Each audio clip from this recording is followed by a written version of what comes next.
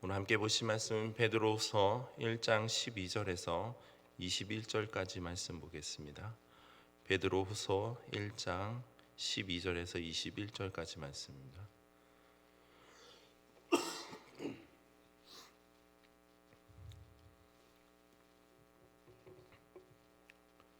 12절에서 21절 한 절씩 교도 가지고 마지막 21절을 함께 합독하겠습니다.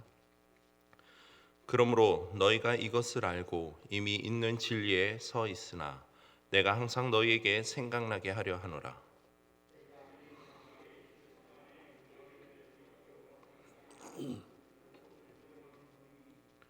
이는 우리 주 예수 그리스도께서 내게 지시하신 것 같이 나도 나의 장막을 벗어날 것이 임박한 줄을 알미라.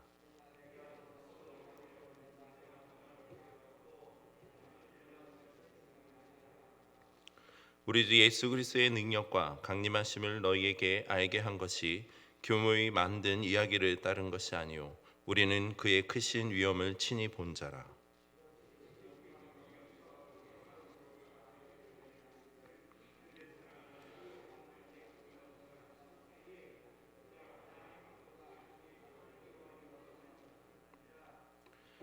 이 소리는 우리가 그와 함께 거룩한 산에 있을 때 하늘로부터 난 것을 들은 것이라.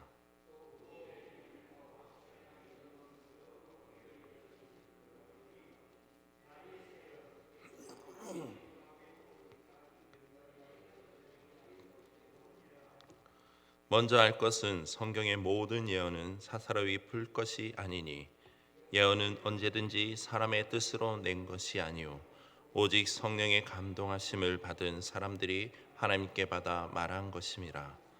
아멘. 잠시 기도하겠습니다. 하나님 감사합니다. 오늘 하루도 시작함에 있어서 먼저 말씀과 기도로 주님 앞에 나아갑니다. 하나님, 오늘 하루의 삶 속에서도 온전히 하나님을 의지하며 주의 말씀 가운데 살아가는 은혜가 있게 하여 주시옵소서. 우리의 연약하고 또 무지함 속에서도 주님의 말씀으로 깨닫게 하셔서 온전히 바른 길을 향하며 또 선한 일을 감당하며 하나님의 영광을 드러내는 믿음의 하루의 삶이 될 수 있도록 하나님, 우리의 연약함 속에서도 늘 함께 동행하여 주시고 또 지혜와 믿음을 더하여 주시옵소서. 여러 가지 어렵지만 그럼에도 불구하고 끝까지 하나님을 의지하며 나아가길 소망합니다. 하나님, 그 믿음을 잃지 아니하도록 늘 우리에게 힘을 더하여 주시옵소서. 감사드리며 예수님의 이름으로 기도드립니다. 아멘. 본 서신은 베드로 전서의 기록 목적과 같이 고난받은 성도들을 격려하고 권면하기 위한 내용이라 할 수 있습니다. 그러나 베드로 전서와 후서 두 서신에 나타나고 있는 성도의 고난의 그 성격에 있어서는 서로 다르게 나타나고 있습니다. 베드로 전서는 로마 제국의 박해로 인해서 고난에 처한 그 성도들의 상황에 초점을 두고 고난을 극복하고 성도로서 온전한 삶을 살도록 하기 위한 격려의 서신이라면, 오늘 우리가 함께 보고 있는 베드로후서는 교회 내에 침투한 거짓 선지자들, 거짓 교사들의 그 문제에 초점을 두고 그들로 인한 도덕적, 교리적 부패를 경계하기 위한 경계의 서신이라 할 수 있습니다.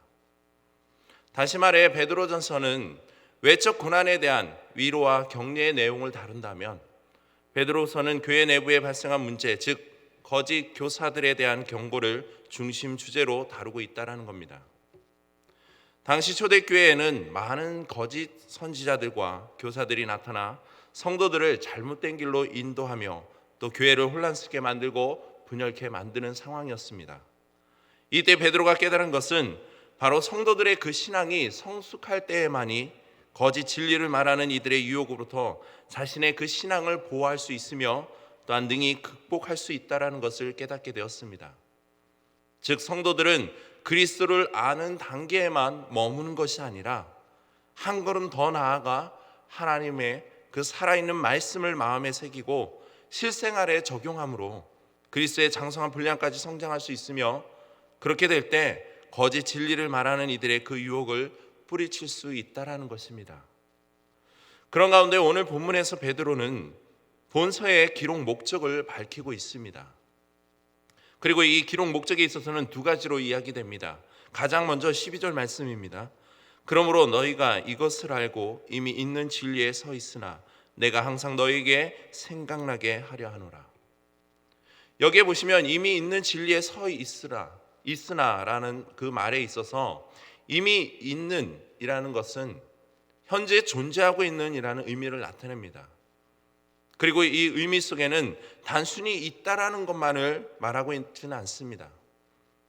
소유하다라는 의미 또한 내포하고 있습니다. 즉 성도들이 현재 소유하고 있는 진리라는 뜻으로도 해석이 되어서 그리스도의 복음 및 올바른 교리와 그리스도인으로서의 그 성숙한 삶을 의미하고 있습니다. 또한 서 있으나라는 것은 건고케 하다, 흔들리지 않게 하다, 확고하게 하다라는 뜻을 지니고 있습니다.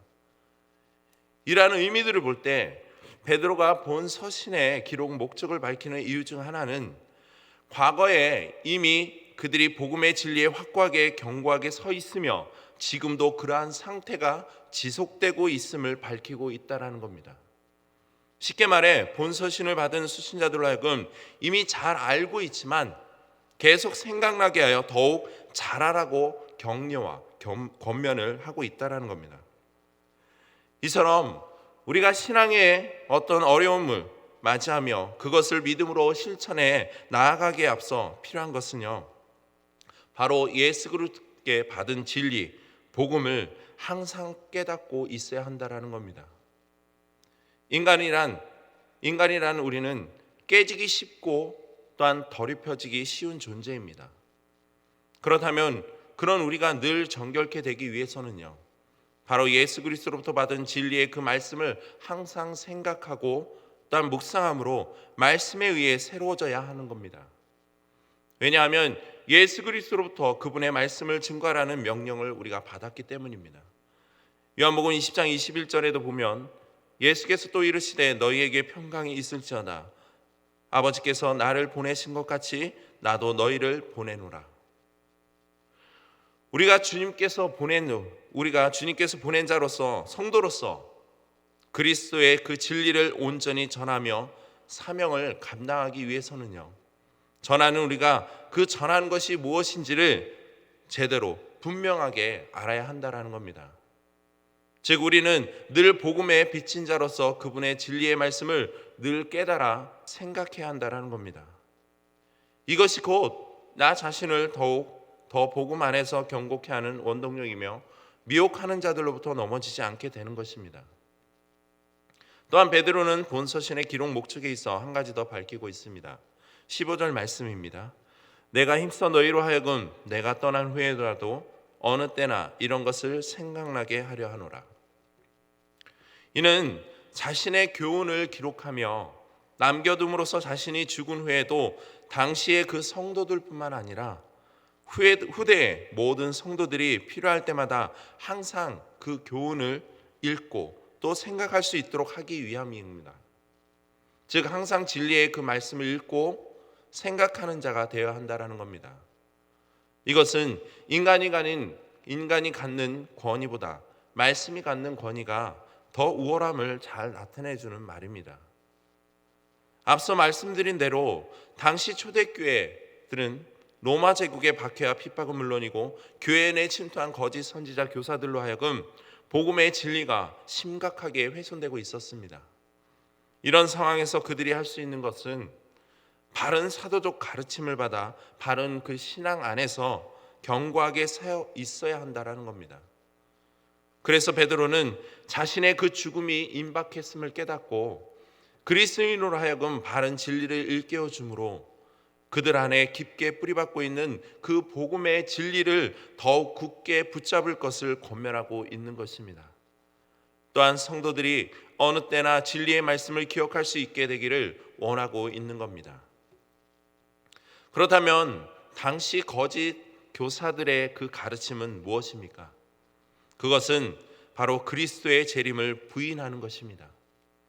이에 대해 베드로는 16절에서 21절까지 말씀을 통해서 그리스도의 재림의 그 확실성과 변화산상에서의 자신의 경험과 구약 예언들을 들어 그리스도의 그 재림이 반드시 있을 것을 분명하게 증거하고 있습니다. 먼저 베드로는 자신의 그 목격담을 근거로 그리스도의 재림에 대한 확실성을 밝히고 있습니다. 16절 말씀입니다. 우리 주 예수 그리스도의 능력과 강림하심을 너희에게 알게 한 것이 교무히 만든 이야기를 따른 것이 아니오 우리는 그의 크신 위엄을 친히 본 자라. 여기서 베드로는 그가 전한 그 복음이 거짓 교사들의 가르침과 같이 교묘하게 꾸며진 이야기가 아니라 그리스도를 직접 목격한 것에 근거한 사실임을 밝히고 있습니다.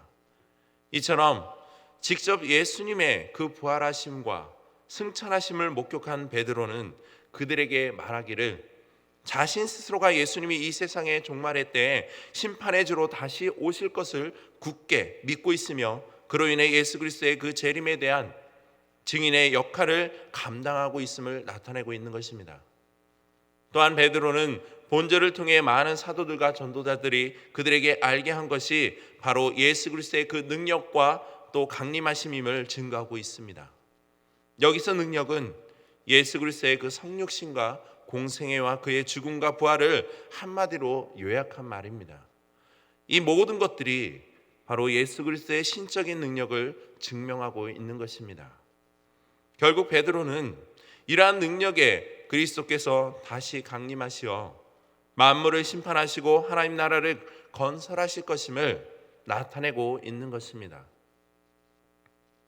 성도 여러분, 예수 그리스도의 부활과 재림을 믿으십니까? 세상의 가치들은 믿는 우리로 하여금 주님의 그 부활과 재림을 부정하도록 또는 거짓 진리들로 현혹시키고 있습니다. 우리가 말씀을 멀리할수록 우리의 그 신앙의 기반 자체는 흔들리고 말 것입니다. 올바른 진리의 말씀에 기초하지 않는 신앙은 바로 모래 위에 지은 집과 같아서 작은 위협으로도 금방 현혹되고 넘어지고 될 것입니다. 그렇기 때문에 성도인 우리는 베드로의 권면처럼 항상 바른 복음의 진리에 서 있어야 하며 그것을 항상 생각하고 또한 그 말씀대로 살고자 하는 실천적 결단의 노력이 있어야 할 것입니다. 또한 거짓된 진리들로부터 현혹되지 않도록 항상 경계해야 할 것입니다. 이처럼 베드로는 그리스도의 능력과 강림하심을 자신 있게 증거하고 있습니다. 그 이유에 대해서 16절에서 19절까지에서 베드로는 두 가지 사실을 증거하고 있습니다. 하나는 17절 말씀입니다.